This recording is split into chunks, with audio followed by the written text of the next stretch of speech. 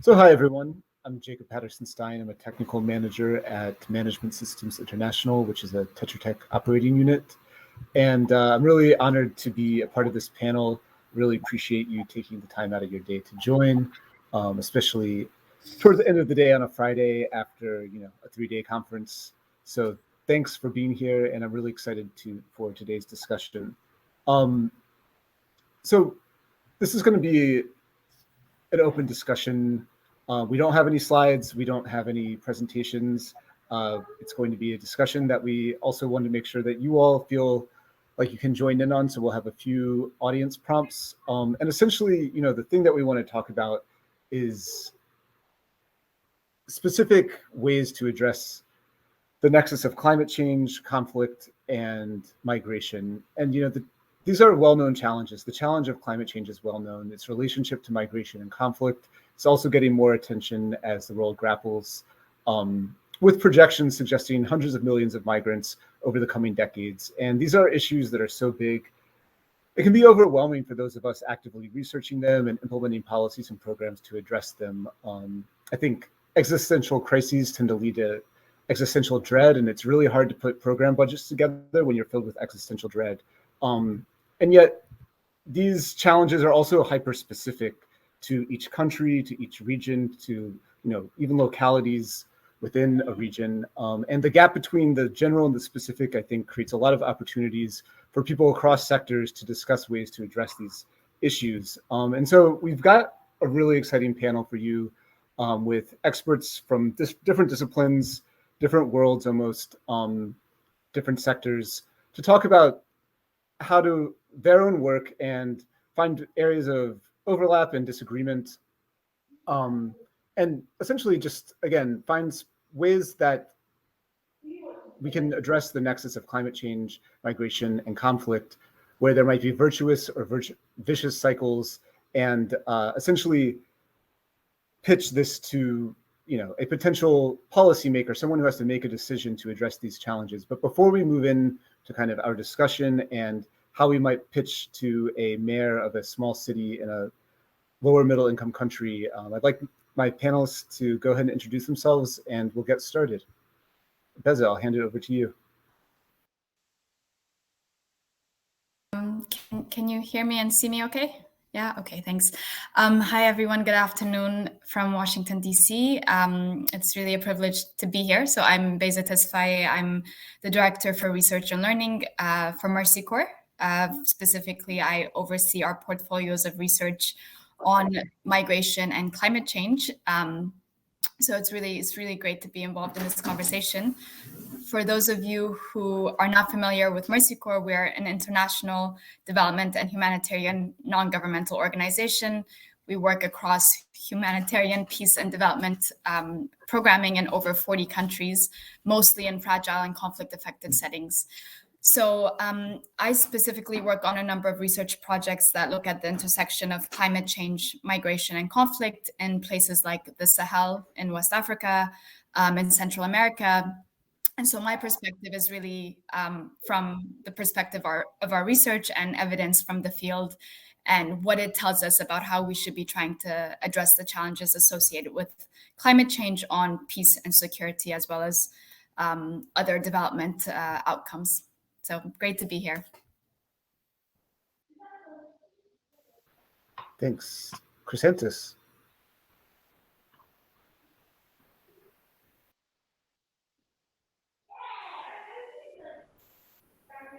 Good afternoon, everyone. Good evening, good morning, depending on where you're coming from. My name is Chrysanthus Lapang. I am the National Conflict Analyst of Search for Common Ground, Nigeria. I have over 10 years of experience in designing, planning, and implementing result-oriented and sustainable projects in peace building, conflict prevention, conflict management, post-conflict reconciliation. And I have been working on issues around climate change and pastoralism conflicts in Nigeria and the Sahel. I've been engaged with these conflicts for over a decade at the moment, And as a result of the huge work SACH is doing around farmer-herder conflicts, especially within the Sudan-Sahel ecological zone, which consists of the Lutako-Goma triangle at the intersection of Mali, Burkina Faso, and Niger, as well as the Nigeria and the Lake Chad Basin, and the Central African Republic and their surrounding borders, as well as Sudan and South Sudan and their surrounding borders. As a result of that, we have been able to develop a pastoralism and conflict toolkits that help in providing guidance and to funding agencies, diplomatic staff, and aid practitioners with strategic guidance on how to design interventions to prevent or resolve conflict associated with cross-border pastoralism. And in this sector, I've been able to provide support, technical support to the National Economic Council Committee on Farmer-Herder conflicts in Nigeria that culminated into what is referred to as a National Livestock Transformation Plan today that is being implemented in the country. We as an organization, we are a peace-building organization, one of the largest in the world. We operate in over 35 offices across the globe, and we have been in Nigeria for since 2004. And we have offices in the Northeast, in the North Central, and in the Niger Delta, and now in the Northwest. I am pleased to be here today, and I look forward to a robust conversation. Thank you. Thanks. Over to you, David. Thanks, Jacob. Hello and welcome. I'm David Simon, Professor of Geography at Royal Holloway, which is one of the larger colleges of the University of London, UK. I've been working on environment and development issues pretty well my entire career. In different contexts, mainly in sub-Saharan Africa, parts of South and Southeast Asia, but also Europe and beyond. I've always valued the interchange between academia and worlds of policy and practice, and indeed most of my own trajectory has involved crossing over, working across academic disciplines and between academics and policymakers, practitioners in both public, private, and civil society sectors. In that way, I've done a lot of advisory work over the years, and indeed met Jacob and his colleagues over the last couple of years as one of the academic advisors to one of the MSI projects on exactly the subject of today's panel. I also advise other agencies, UN Habitat, I have worked with, was instrumental in the launch of their Cities and Climate Change initiative about 12 years ago now, and currently putting the finishing touches to a key chapter of the World Cities Report 2022, which will be launched at the World Urban Forum in Katowice in Poland at the end of June. And this chapter, again, resonates with our topic this evening, which is on building resilience for sustainable urban futures. Thanks. Thanks, Gina. Hello, everyone.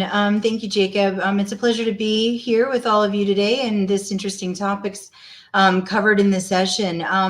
Essentially, I work for NASA's Earth Sciences Division as the as the disasters program manager, but also as the partnerships manager. And so here I manage partnerships with a number of humanitarian actors, including Mercy Corps, as well as many others, collaborating on issues related to disasters and crises, specifically with the intent to integrate some of the science and technology that NASA has with the decisions that need to be made in the field and across different governance contexts.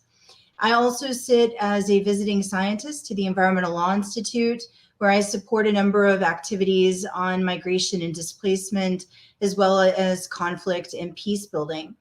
And in this role in particular, I've recently been working alongside my colleague, Carl Brook, as well as colleagues with IOM and with Dignity Rights International, to develop a legal and policy framework for supporting migration with dignity, essentially using human rights and dignity rights laws in order to argue for improved freedom of movement, access to an employment and education, as well as the services that are needed, such as healthcare or legal protections, in order to ensure that individuals that choose to move or that must move are able to do so in a dignified way.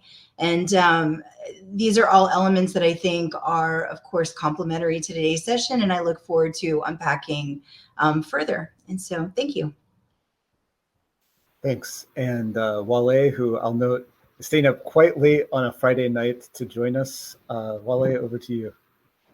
Thanks, Jacob. My name is Wale Oshofiso. I'm the head of governance programs at the International Rescue Committee. So for those of you that are new to IRC and don't know much about what we do, we are a global humanitarian and post-crisis recovery and development organization. We have offices in about 52 countries across Africa, Asia, Middle East, North Africa, Latin America, and Mexico, Europe, and the United States. We have offices in 22 cities in the United States where we resettle refugees. I am currently based in our regional office in Nairobi, Kenya. The governance unit, which I lead, oversees peacebuilding and urban resilience programs, including the intersection between climate, conflict, and displacement issues. I've been working on humanitarian development and peace-building issues, the so-called triple nexus, for over 20 years as an academic and as a practitioner as well. And I'm pleased to be with this group. Thanks.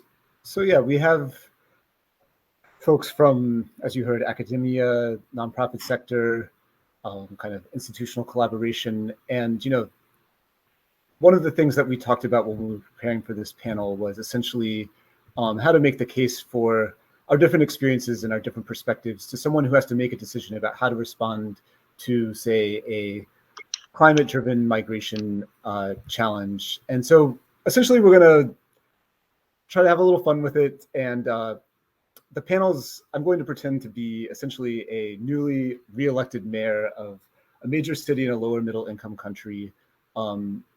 And the panel is going to try to make the case of why I should prioritize climate change as part of this new administration.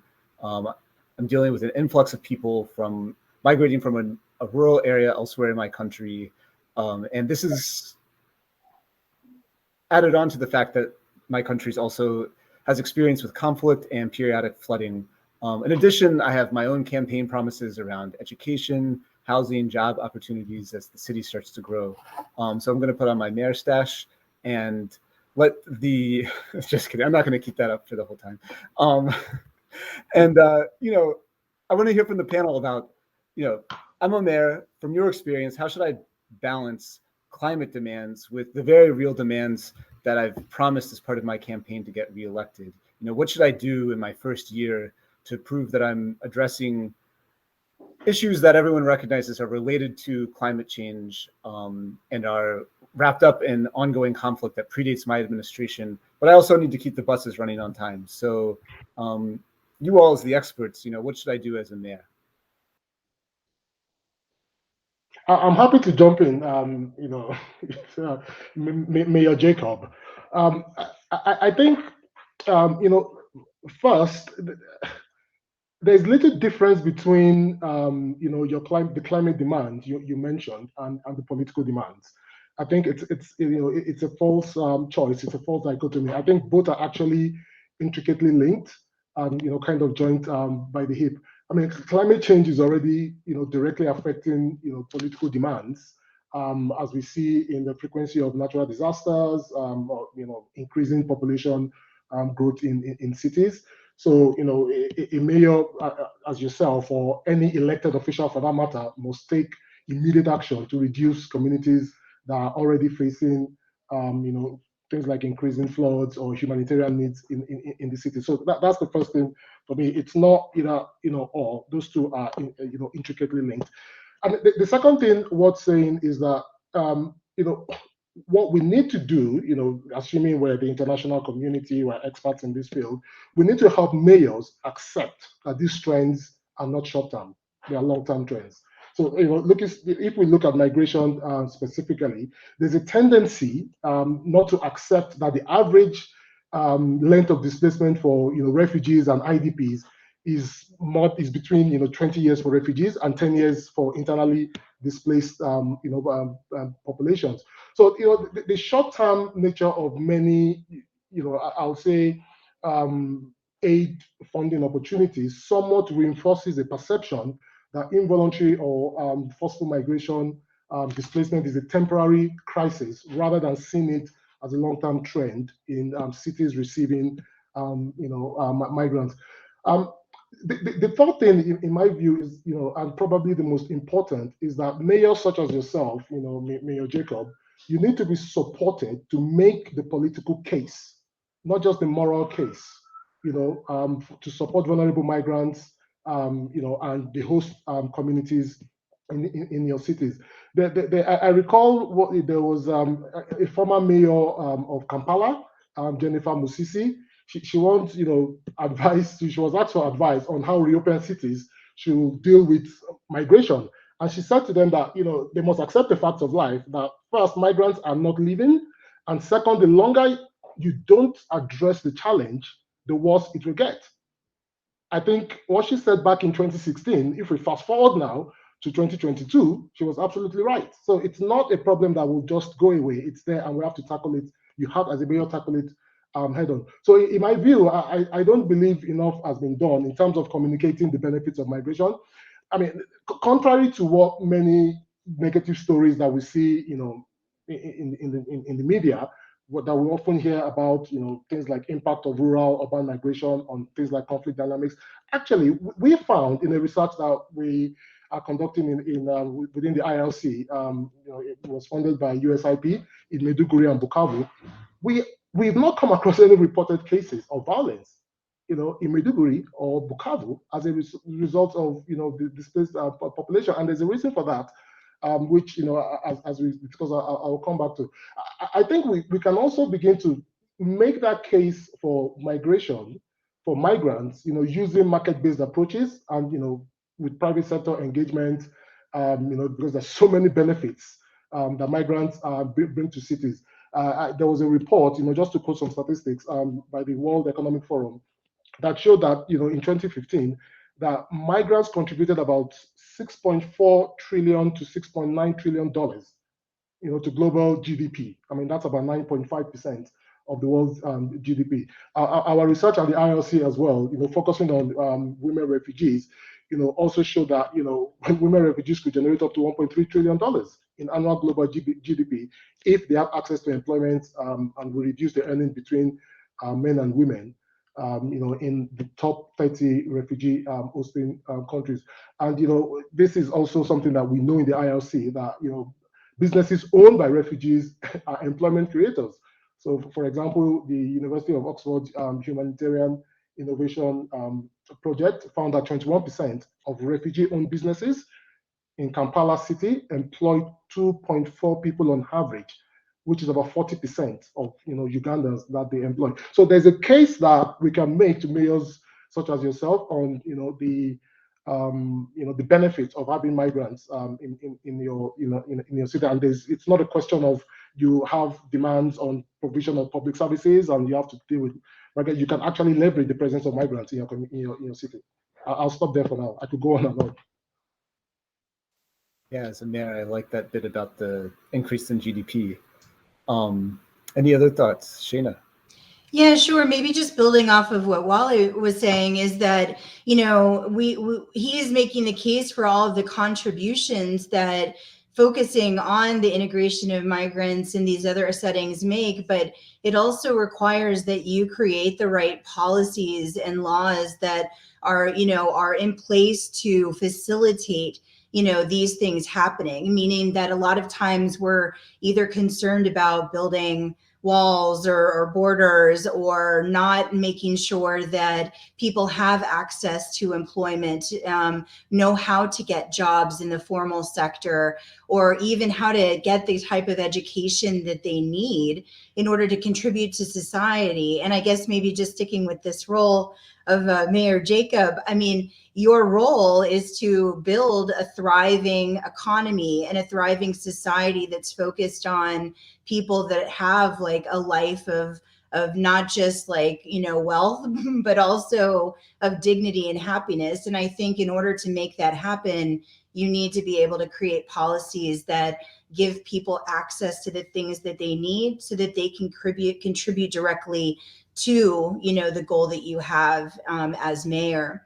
And I would say that you know, by doing that, you're also saving yourself and protecting yourself from pushing people into informal and sometimes illegal sectors, into situations of crime, things that can end up degrading essentially the goals that you seek to address. And so I think that, you know, there's a lot to be said for the contributions that could be made, but that the policies and the right types of signaling that facilitate, you know, migrant labor, or just people who move generally, you know, because it's not always a large group, right? It can be an individual, one over, you know, one after another over time. But if you don't have the right policies in place, then you don't really get to achieve the things that you set out to. All right, maybe just to add a little bit on that. I think I'll start off by saying that no development can take place in the absence of peace. And the mayor would need to really understand the context of his state.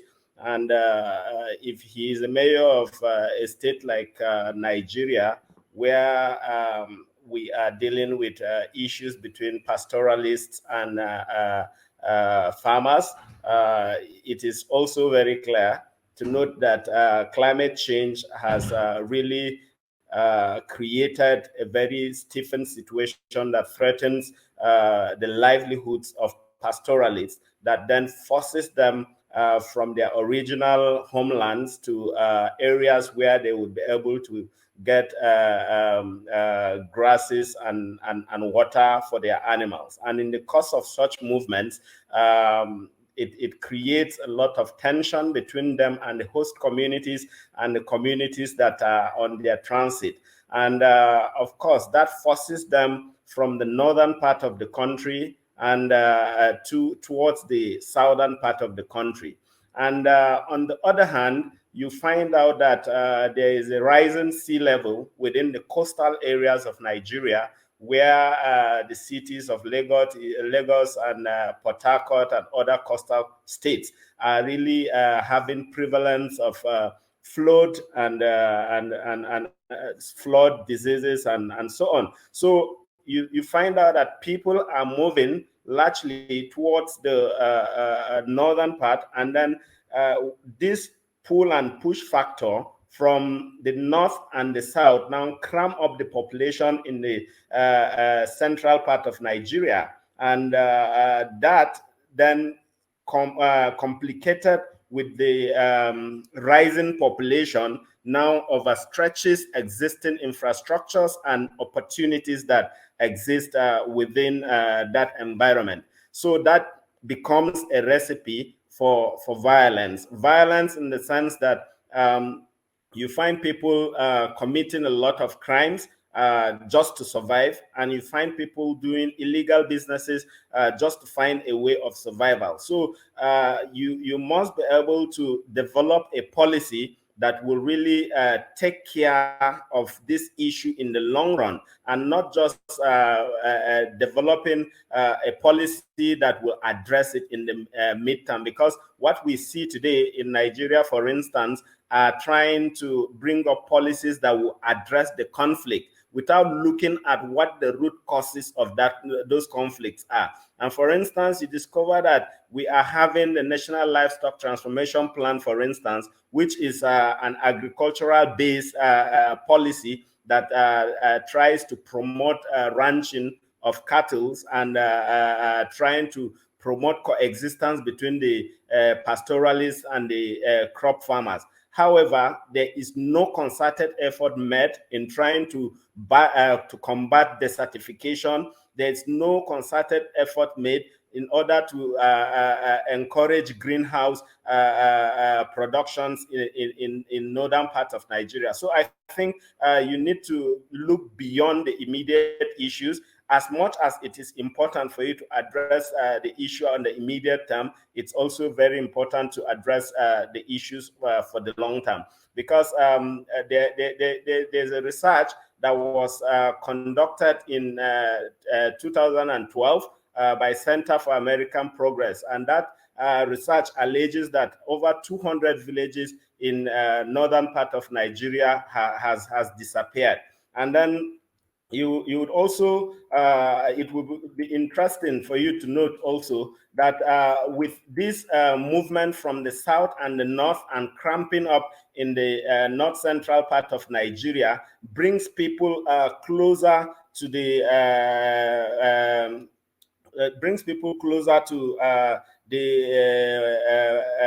the north, where there is also a corridor that people really migrate from northern part of Nigeria through Niger to the Maghreb and possibly to Europe. And that also encourages transnational migration to that extent. And so it's an issue that when it is not properly addressed, it does not just affect your country in Nigeria, but it also affects neighboring country. And it's also important to note that this issue cannot also be handled just at the point of your decisions in your country as Nigeria, but there is also collaboration that is required between you and the neighboring countries to be able to address the issue holistically. Because if you look at the situation around the Sahel, you look at the situation around the Lake Chad Basin, it's the same problem, and there is this fluidity of movement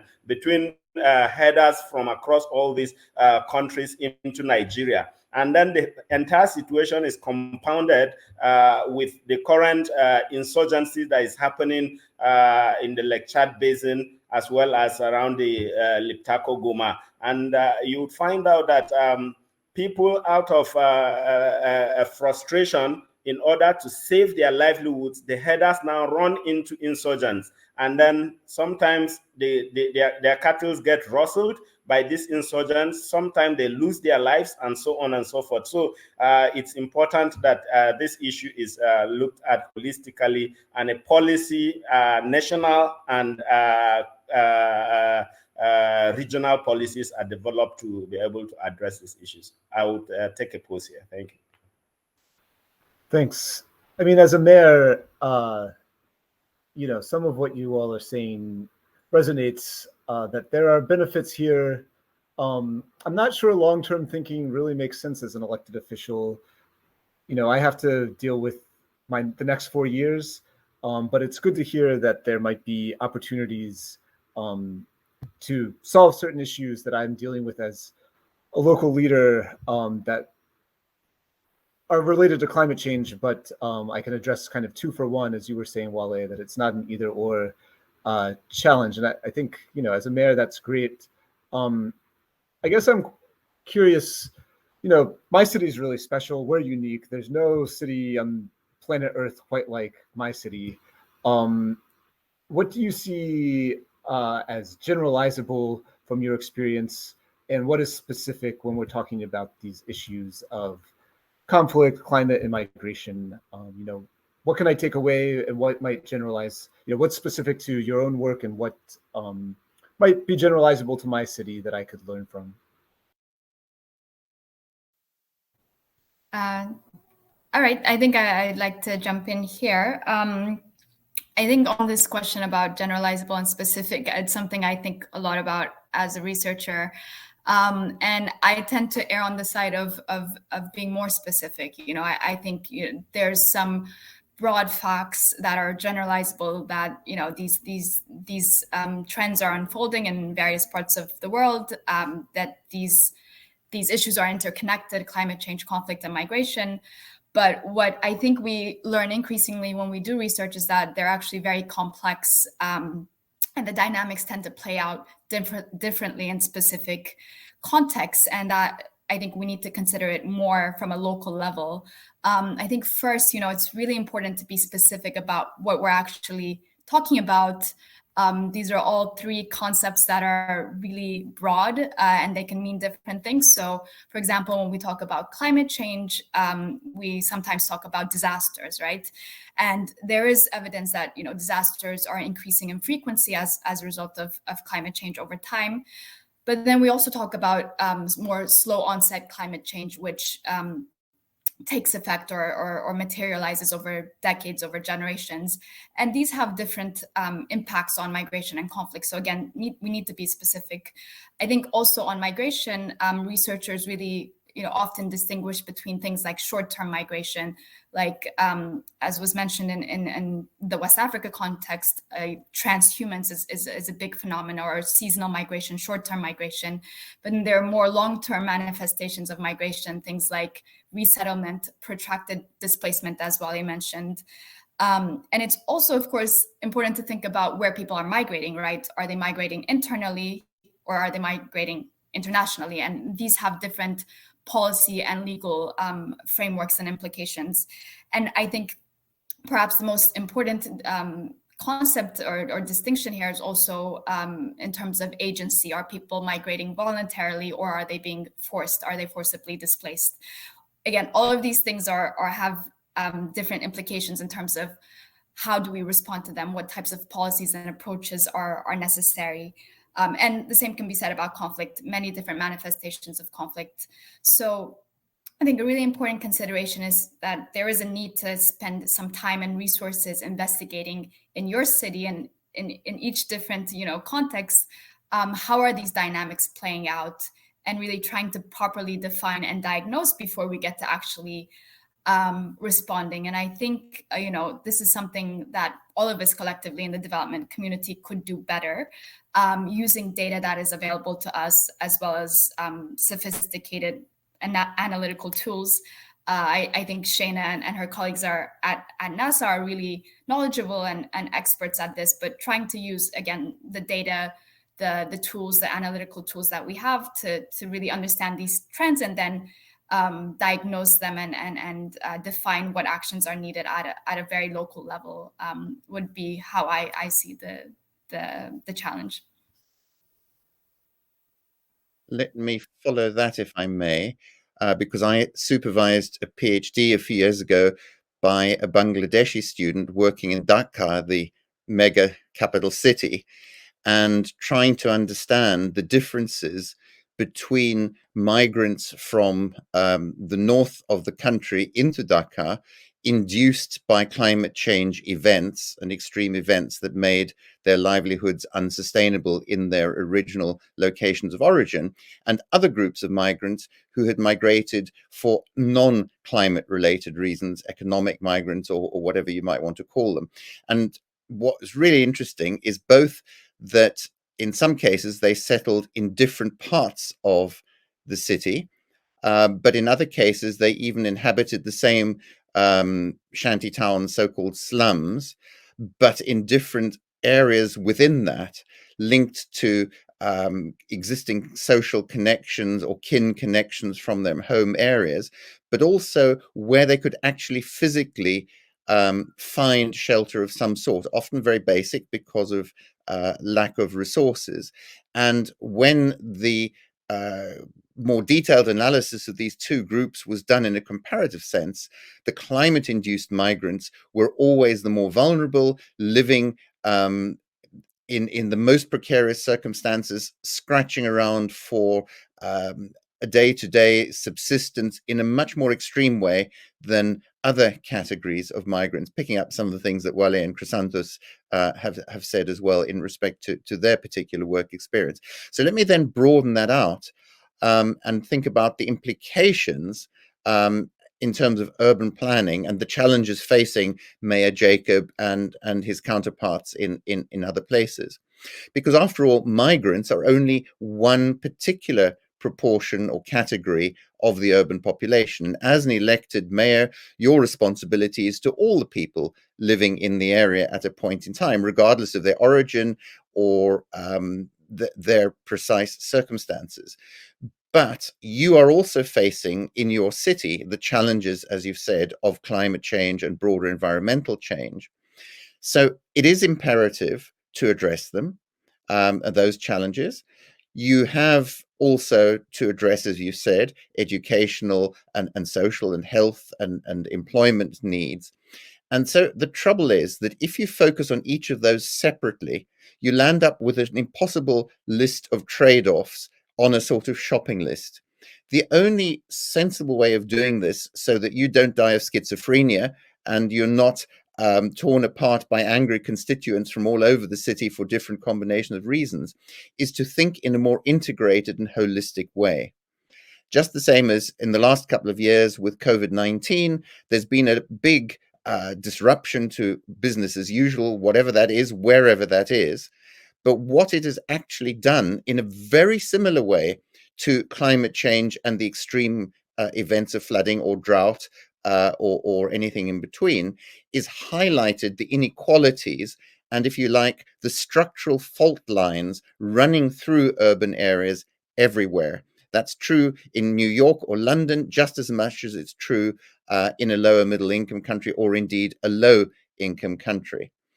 And in that sense, the only way to address all of these with very scarce resources and taking account of the damage, the disruption caused by the pandemic or by a flood or a drought or any other environmental hazards, landslides or whatever they might be in your particular context, is to think about it in an integrated way across the different sectors, across the different departments of your municipality.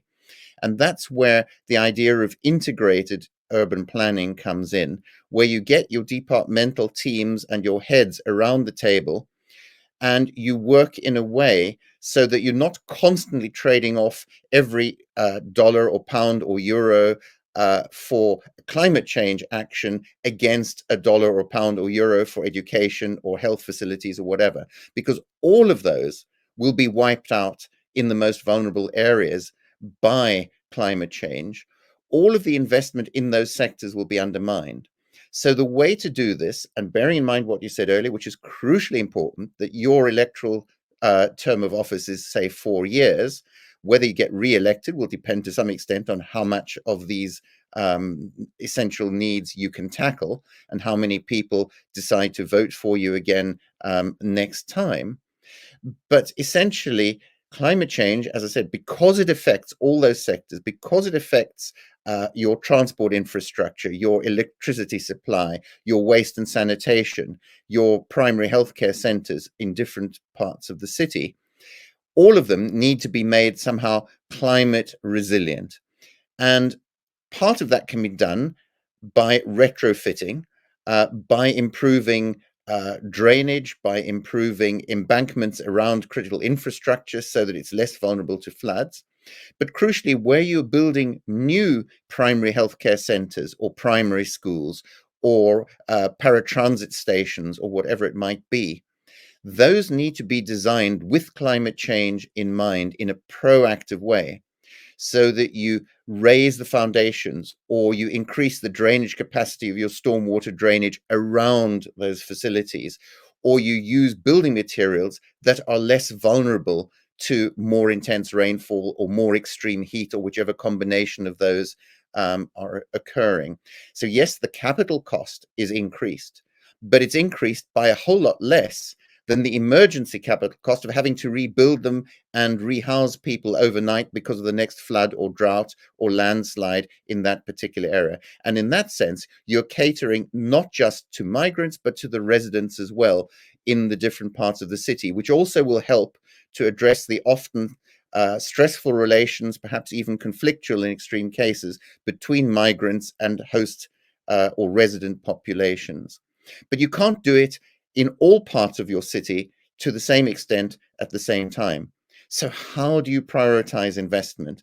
And the answer has to be, and this is quite easy to do without expensive international consultants or advisors, is to prioritize the areas of the city that are most vulnerable to climate change, and intersecting with that, the segments of the population, which will include some segments of the migrants, as we've been discussing, who are most vulnerable. So it's the intersection of space and place and people, if you like.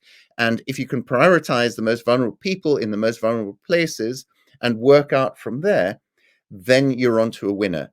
Because the wealthiest people might make the most noise politically and threaten to take their support to your opponents, but they have the resources to build their houses to the required standard. They have other assets in the bank or in the stock market or abroad, which they can use to rebuild if they happen to be washed out, whereas the poor and the vulnerable cannot. And that is why they and their votes should be prioritized. Yeah, I just got a question from one of the other people in the office here asking about the role of local governance, like water committees, river commissions, intergovernmental organizations.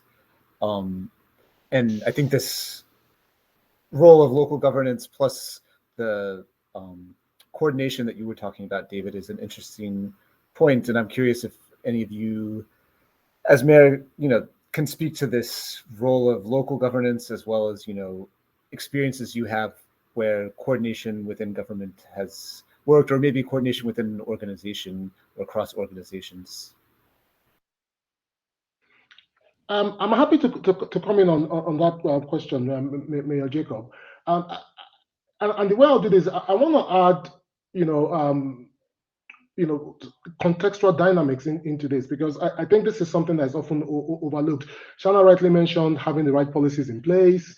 Chrysanthos and Beza also talked about understanding specific contextual dynamics, and David just advocated now for having a holistic approach. I will have that, you'd also need to keep in mind, the role that informal institutions in your city can play, right? Because I'm assuming that, when you're talking about local governance, you can have, the formal local governance structure, and you can have an informal local governance structure as well, because they are critical, to understanding your entry points for solutions. They can also play an essential role in helping to promote social cohesion between the migrants and the host community. And sadly, the reality is there's a tendency to often overlook the influence that informal governance institutions and actors have in tackling what we're discussing today, the intersection between conflict induced migration to urban settings. And if I use, just give the example of, again, Maiduguri city in northeast Nigeria. This is a city that does not have a mayor, right? It has, a state governor. It's a different governance system. The governor heads the state. It controls, political patronage. It controls, resources.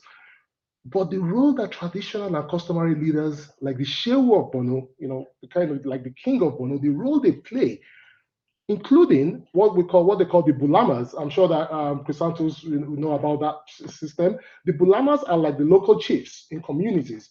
The role that they play in those communities cannot be, underestimated or underrated.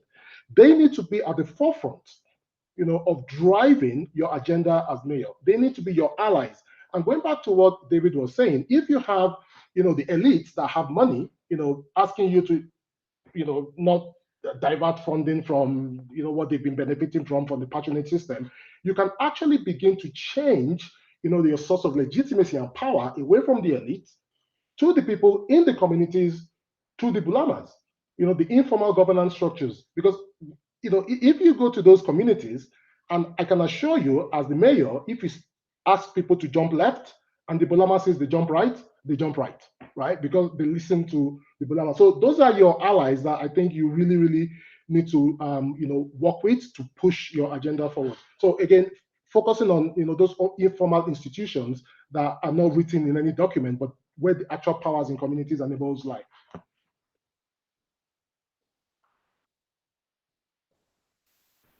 Maybe I'll just say something. Chrysanthos, were you going to talk? Please, go ahead. Shana, you can go ahead, please. Thank you.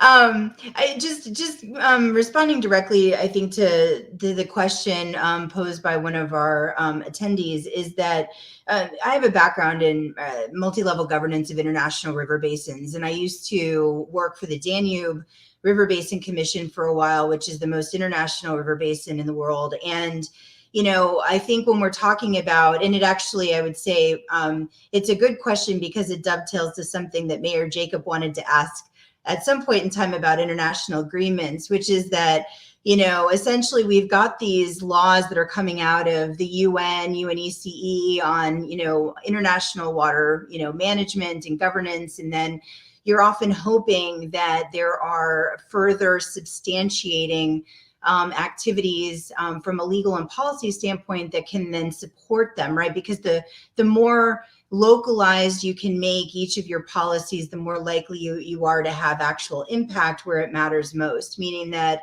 these international agreements are necessary and beneficial for setting, broad areas of shared agreement and consideration, but they only act as maybe a pathway towards more specific and thoughtful and localized policies that need to take place within a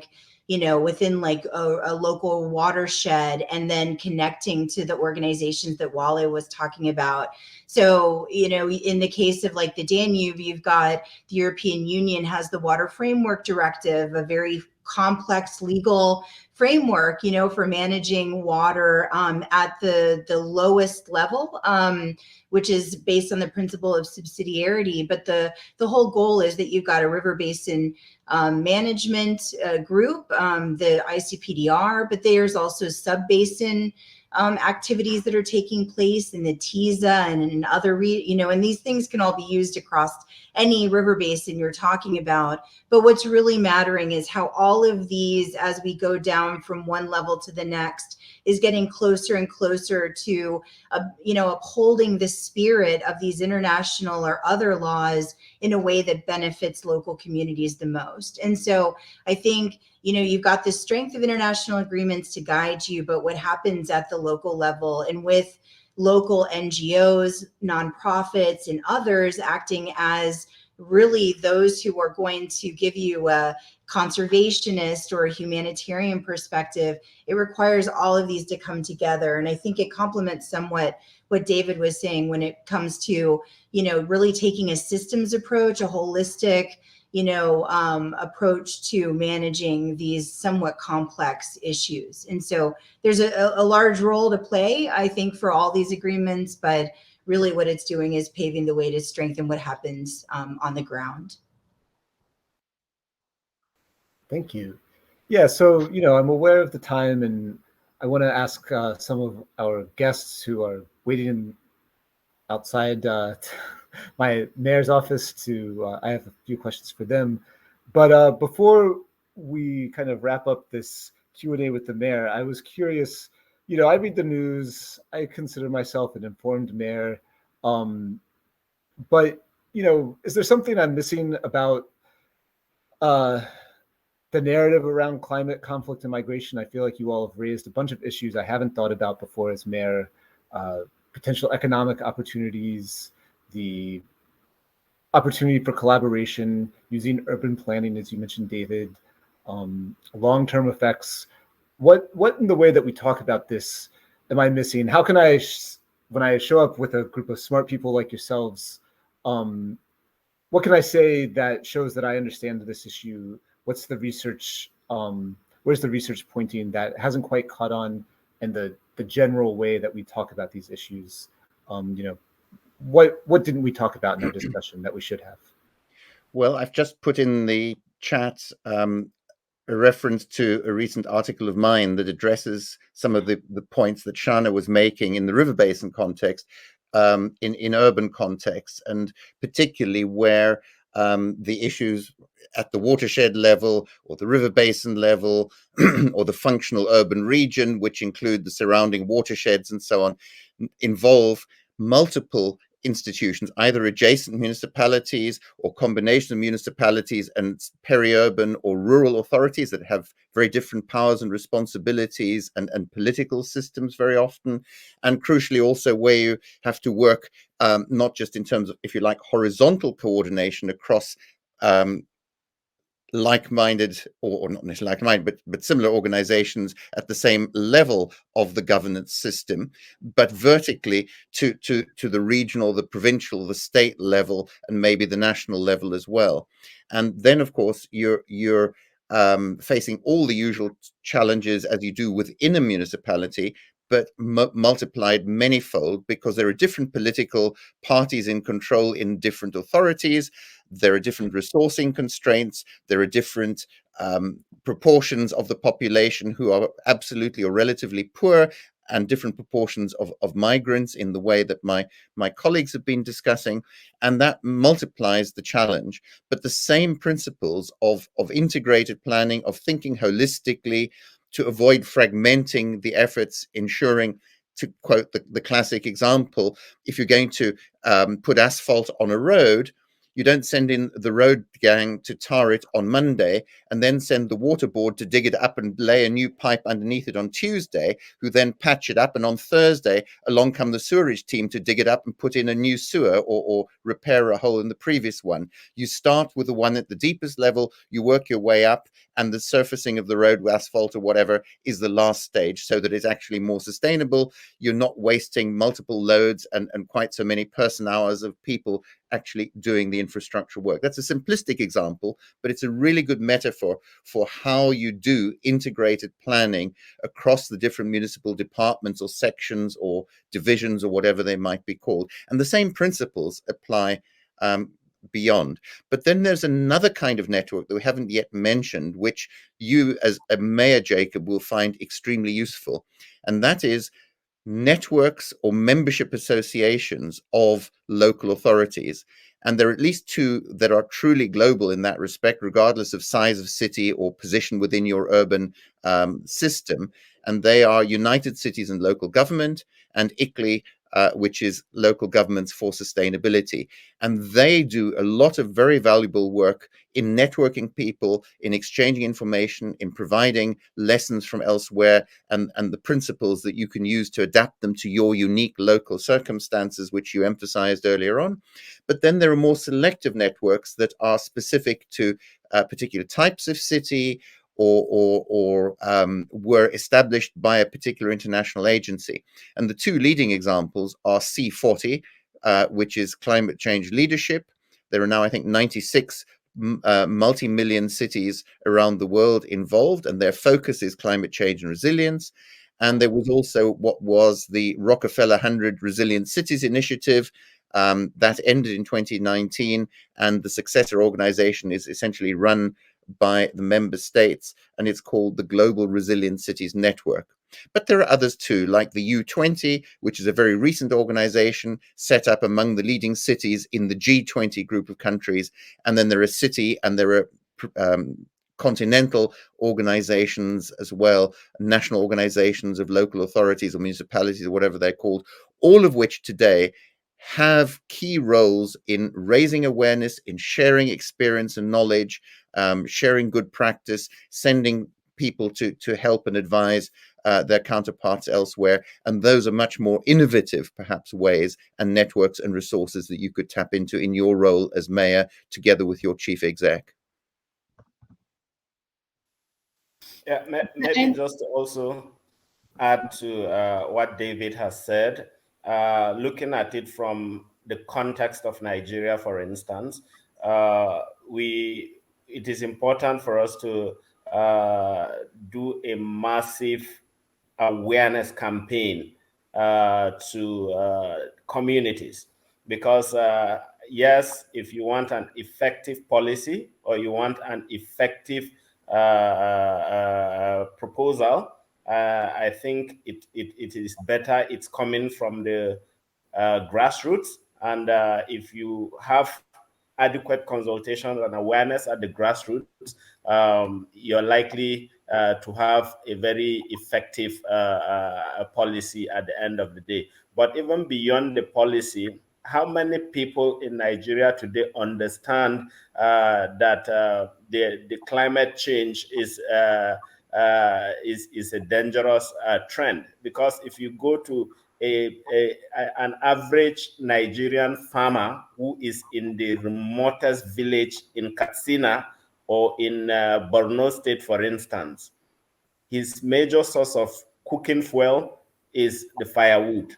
And they keep logging firewood, and they are suffering the adverse effect of desertification and erosions and so on. But they are still logging trees. So you can see that there is a need for massive sensitization of people about the dangers of climate change and some of the things that they need to really do to be able to mitigate or reduce the impact of climate change on their communities. So your role as mayor is to be able to galvanize all those community-based platforms and their leadership, both formal and informal, because like a place like Nigeria, we have the local government system as well. So you need to be able to reach out to them and get them on board with your ideas around your political manifesto, as well as the climate change issues, because you cannot really distinguish them, because today's problem, tomorrow's problem might be what you have ignored today. So it's important that you carry them along, and there is proper education for them to understand some of the behaviors that has a tendencies of impacting negatively on climate change.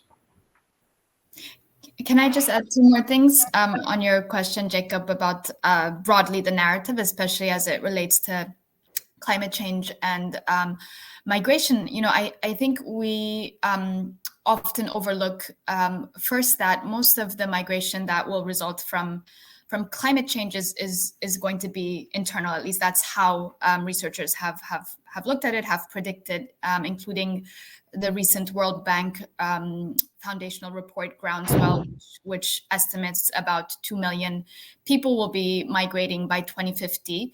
That is going to be internal, so within countries. And again, it's the countries that are going to be most impacted by climate change that are also going to be impacted by this mobility.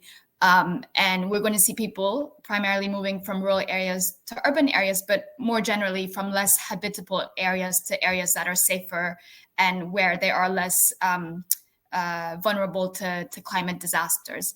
The second thing I wanted to point out is that I think we also sometimes overlook that migration can itself be a form of adaptation, right? It's not always instances where people are forcibly displaced. They're not always migrating for survival. You know, there are situations where people are proactively moving away from areas to find better opportunities, better resources, better and safer places to live.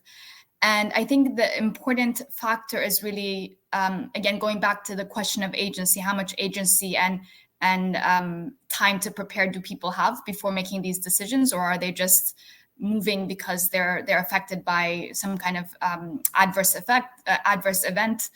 And the second, I think, is how prepared are the communities that are likely to receive them? How prepared are they to actually absorb, this influx of people that are migrating and able to integrate? So I think goes to what everybody here has touched on in terms of cities being prepared in terms of infrastructure and services and so on. But just want to highlight, I think we often think of it as all gloom and doom, but I think there are actually opportunities here that might be beneficial for people that are affected by changes in the environment. Thank you, everyone. I'm gonna take my mayor hat off, so to speak. And I want to put a question out to the audience in the chat, because I know a lot of the people here at this conference have their own experience, and I'm hoping our panel can kind of engage with you all a little bit. If we were in person, this might be a little easier, so we're going to see how this goes. But beyond political constraints, from your experience, do you feel is a practical way for local policymakers to address climate, conflict, and migration, and this connection between the two that the group just discussed and kind of explained to this hypothetical mayor? I put the question in the chat, and feel free to just drop in, your thoughts, and we'll kind of address them as they come in and talk about, based on the panel's perception and experience, their take on, your response to this issue of potential practical solutions. For my own work, which David alluded to, I worked on a study that included Colombia, Kenya, and the Philippines, essentially looking at urban planning capacity in smaller cities to deal with the influx of migration, particularly around housing and social services. And, I think David and Wale and several of our panelists spoke to this challenge of the ability of internal bureaucracies to coordinate, and also the ability of kind of, or not the ability, but the standard that's currently being used for, say, registering land tenure around new buildings or housing, and how cities currently deal with new housing and new construction. Often the challenges that new migrants face are the same challenges that current residents face around housing costs, good employment, and access to services. But in addition, we found that there actually are a lot of highly skilled people working on this issue, and the challenge is just breaking down silos. And I think that's one of the things that anyone who's worked for any large organization, or frankly even small startups, is that people kind of get into their lane and don't look around to see who's sort of driving with them. And I think that's not necessarily an easy fix, but as our panelists mentioned, there are examples of ways that you can address this. The other thing that I'll just say around, from my own work, practical ways to look at this issue is focusing on some unit that's easy to kind of wrap your head around. So in our study, one of the things we looked at was just codes and standards around housing. And so, was there any agency that was dealing with this in these small cities? How are the people who oversaw this appointed to their position or hired? Some of these things where in some cases there wasn't even a physical access to the local codes and standards to deal with housing. And so that can be used to justify clearing informal land users. It can be used, to having those standards can be used to protect people in new housing. And so, these are ways that I found just from my own work to think about this issue and to pitch it to somebody who wants to address the challenge, but it's really hard to find inroads within a complex governance structure where your time as someone who wants to work on it might be limited through, the election or your appointment or whatever the case may be. So Jacob, I recognize that your city is a middle income city, right? The country your city is a middle income country. Well, I just want to pivot a bit to fragile and conflict affected states, which is mainly where we operate as the IRC. And you talked about siloed ways of working. I think if we zoom out beyond your city, I think this is also a problem that you find at various levels, right? Even globally. So in fragile and conflict affected cities, I can imagine a mayor will need the support of international partners, donors to help to support them in their climate resilience plans. And we recently had an experience in my team where we submitted a DRR proposal, to a humanitarian donor who I shall not name here for obvious reasons. But this is a donor that has been advocating publicly for nexus type of programming. So we put together a DRR, that was designed in a holistic way, infusing governance and service delivery into the project. And the feedback we got from the donor was that DRR is a development activity, so the project cannot be funded. And I mean, cities dealing with issues we're discussing here don't plan development and humanitarian initiatives in isolated pockets, or they shouldn't if they are doing that. I mean, they plan to be resilient, and rightly so. So in a way, the aid architecture, has also got to recognize that people and cities affected by, the issues we're discussing here, don't live their lives in humanitarian, development or peace pockets. They don't get up in the morning to say, oh, I'm going to have humanitarian aid for breakfast. I might try development for lunch and do peace building, for my dinner. These are artificial and I dare say, ideological and administrative bureaucratic structures the aid system has created. We have got to move past those silos, and focus on what Beza was talking about earlier on. What are we trying to achieve? What's the specific outcome we're trying to achieve in this city? And that should be the focus.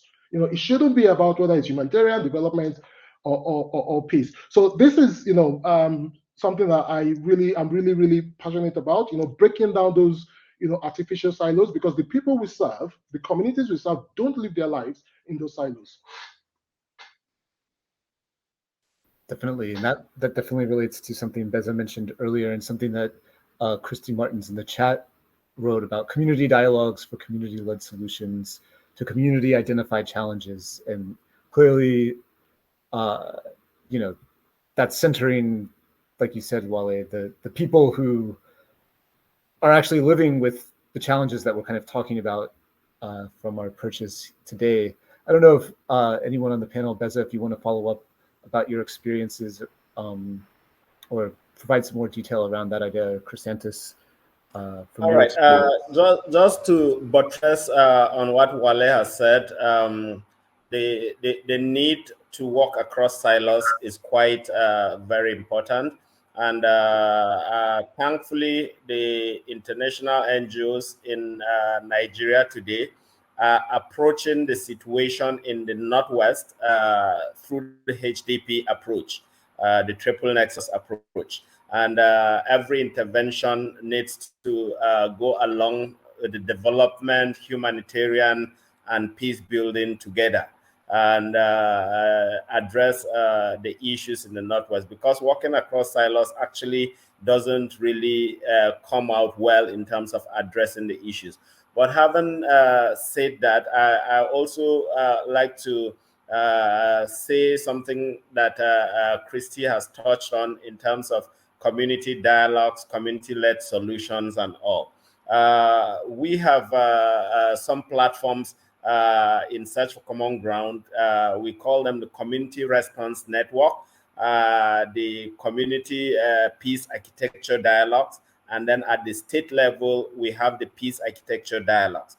And these are fora that we have created that people at all those levels are able to participate to discuss common issues that border on their safety, their security, and even their development issues.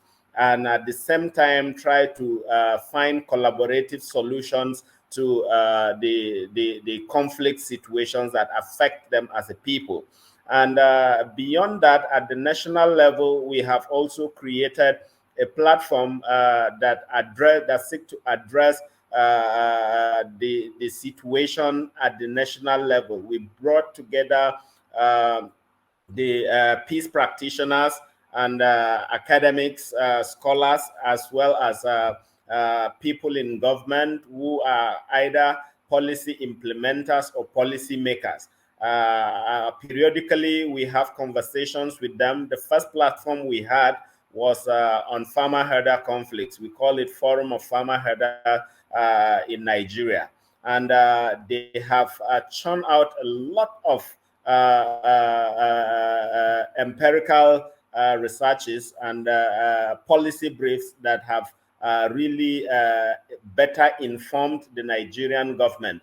And for the fact that policymakers and policy implementers are part of the conversation from inception, it makes it easy for advocacy. We use those policy briefs as advocacy to the government, and that was how we saw the National Livestock Transformation Plan got into effect. So I think having such platforms are quite helpful in trying to address some of the challenges and limitations of government, because it will interest you to know that sometimes it's even the people in government never even thought of some of the solutions that could come out from some of these platforms. So such conversations are quite helpful, because you have evidence-based researches, you have good analysis that is quite neutral and forward-thinking that comes out from such fora. So I think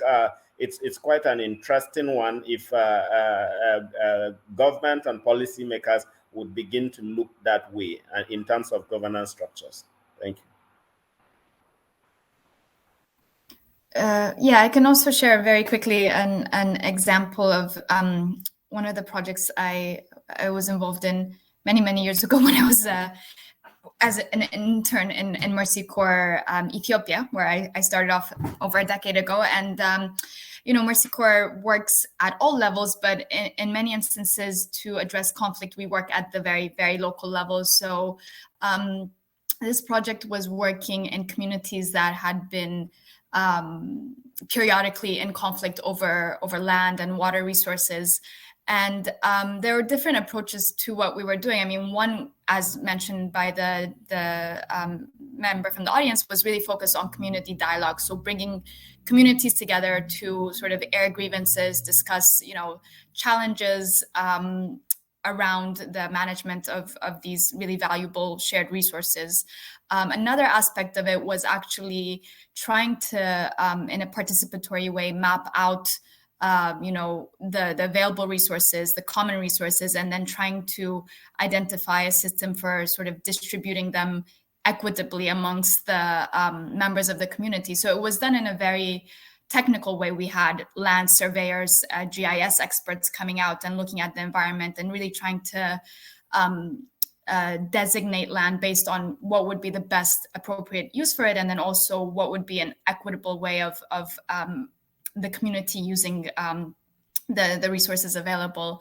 And then there was also, another component that was focused on things like reconstruction and restitution for communities that had been affected by conflict in the past. So it was really powerful, and I think, as you were saying, it worked through informal institutions, informal leaders and committees. But then there was also a linkage made to government institutions that had a focus on peace building. For example, what we called peace committees at the very local level of government, to ensure that these initiatives were sustainable and part of the government's sort of broader approach to addressing challenges at the local level. So I do think there's both a sort of a local community-led process that's necessary, and then also working with the sort of the government and official institutions to make sure that work is part of the sort of broader strategy.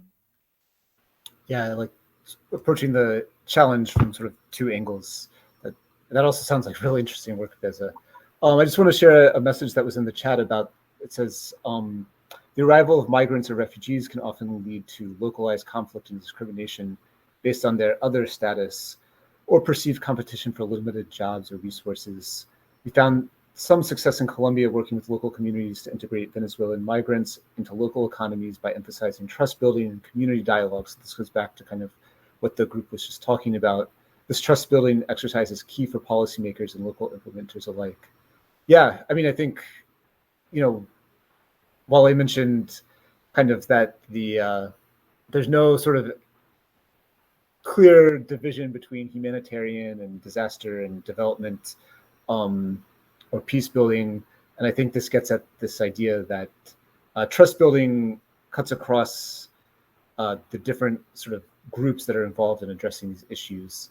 I like that last point, that it's an exercise for policymakers and local implementers alike. Any thoughts on that, group?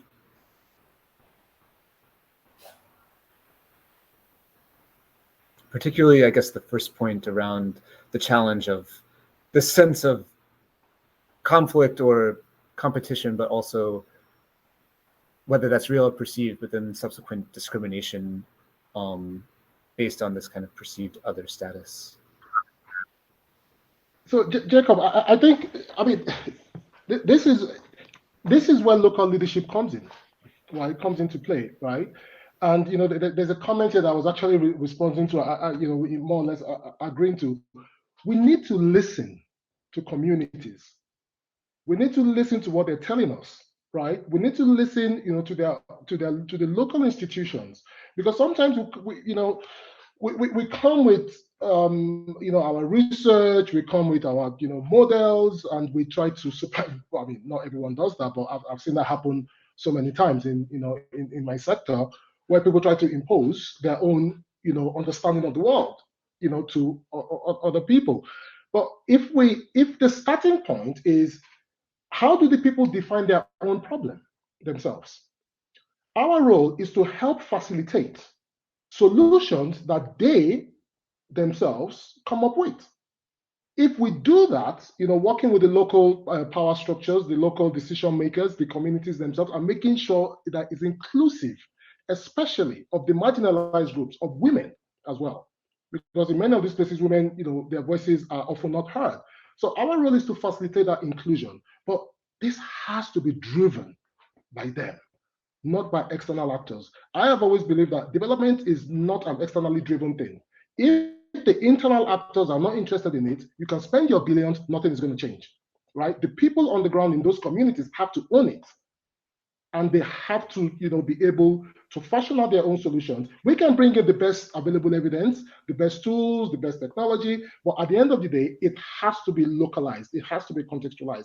If we do that, then we can begin, to build some form of social cohesion between migrants and the host communities.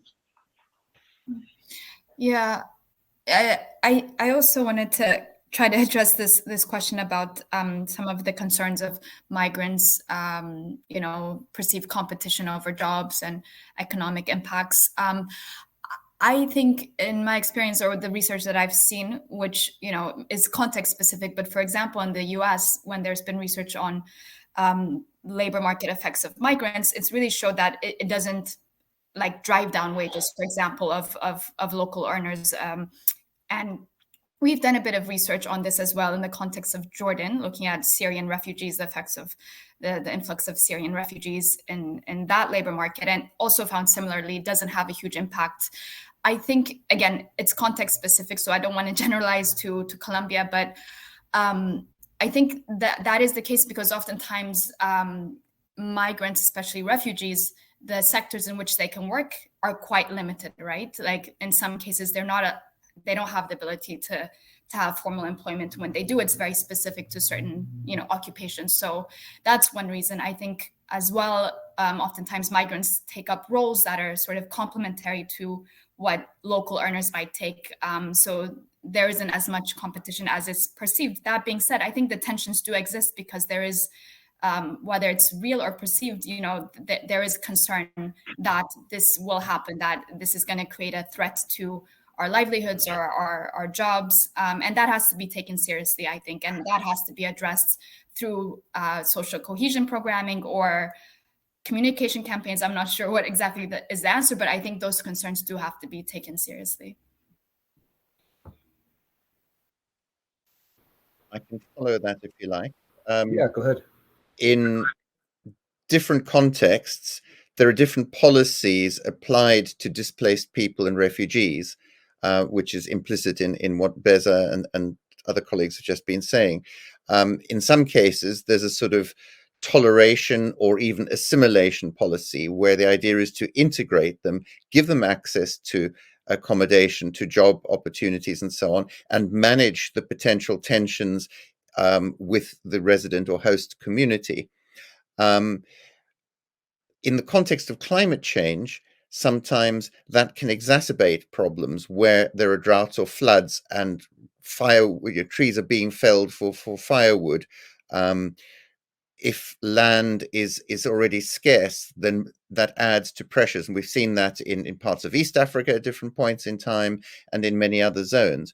On the other hand, the alternative policy of passing them on or forcing them on to a third country simply displaces the problem, if you like, the challenge, or segregation and keeping migrant or refugee communities in camps of one sort or another for extended periods of time can also be highly problematic, both socially, economically, health-wise, and so on, but environmentally too, in the context of climate change. And we see this in parts of the Middle East at the moment, in parts of Kenya, where many of the refugees from what is now South Sudan and Somalia have been in camps, Dadaab and elsewhere for decades. Huge problems, both within the camps themselves, but also in terms of interactions and rivalries and contests over resources with surrounding communities. So there's no ideal, and it has to be done in a sensitive, context-specific way. But if one is aware through experience elsewhere of some of the challenges, you can try to manage those in a proactive way. Thanks. And I think this also gets back to the policy question Shana mentioned to the mayor of, there's not kind of an institutional framework. People will be left out. I also really like the point of letting people define what the issue is themselves. And so it's very reductive in a lot of ways to even talk about migrants. To Bez's point, people might leave where they're from for any number of reasons. And, it's important to understand why without kind of jumping to conclusions based on, what might be correlated with other things happening in the context. So we're almost out of time, but I just kind of want to wrap up and go around to each of you, kind of in the order that we started with introductions, and just ask, if there's one approach, one sort of practical solution, or maybe just something that you feel like you've learned from your work, your experience, that you want to make sure the people who have taken the time out of their afternoon walk away with. This is kind of like the elevator pitch or the bumper sticker version of what you feel like is really important to understand about this climate conflict nexus, and how we can actually really think about this in a practical way. Again, I think, as I said at the beginning, these ideas are often really abstract or reductive, or they just seem so big when you read about them in the news. So, what would you like to make sure that when people get asked how the conference was, they can say, oh, I went to this session and, this person at the end made this point. We've made a lot of great points today, but kind of to wrap up, what's sort of the 1 to 2 minute version of the thing that you'd like people to go home with? And Beza, if you're all right, I'll kick it off with you. Okay, sure. I think the one point, or maybe make it 2 points, but one point which is maybe obvious is, and aligns with this conference overall, is like there's a really important need to focus on prevention, particularly conflict prevention. The old saying, an ounce of prevention is worth a pound of cure, which is, I think, very true. We need to really carefully assess how climate change is impacting peace and security. And I think we can draw on a lot of lessons that we've amassed in the world of peace building and conflict prevention, and use that as we think about how, again, climate trends are going to be affecting vulnerable communities and their security. So that's one. But I think the second point I wanted to make is also preparing. So understanding there are also these macro trends, demographic changes going on, urbanization, population growth in certain areas. And I think in the development sector, we also need to be better at understanding these trends and planning accordingly. So thinking for the future, where are the places that we should be investing our resources? What are the ways in which we should be working for the future? And just sort of being prepared to deal with future trends while we're also trying to prevent the worst possible outcomes today. Thanks. Chrysanthus. All right. For me, what I would like to put across, actually, one or two. The first one is the fact that community engagement is quite crucial, and in addressing climate change related migrations and conflicts. And if we do not engage and involve the communities at that level, and we come in with prescriptive solutions, they would hardly work. So it's important that we engage these communities in whatever solutions that will come up should be driven from those levels. Then secondly, I would also want to say that it is important that whatever form of intervention we're doing, we take into consideration the local context and the culture of the people so that we do not do any harm. And we have to be conflict sensitive. Otherwise, we can bring in very good programs, but would have no effect. And of course, sensitization of the people is quite crucial because at some points you discover that most policies are taken at the highest level, and then they are foisted on the people within the communities.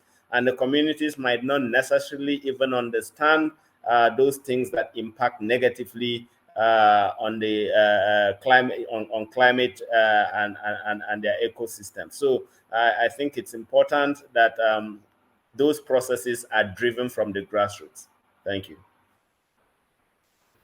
Thanks. David. Sure. Chrysanthus, what you've just said chimes perfectly with what Kirsten Mosey has put in the chat in the last few minutes about listening to the folks working on the ground when they highlight key issues with adaptation, increased migration, and increased climatic issues that may lead to conflict and so on. So let me again try to complement what's been said, because I agree with all those points. In terms of picking up one of the things that Jacob just said in introducing this closing segment, which is the often sort of very abstract or generalized nature of some of these debates and issues. And climate change, I think, illustrates that extremely well. You hear a lot of what I call global babble at the global level about this. There are climate models at the global level. There are IPCC reports. Every other organization produces them all the time.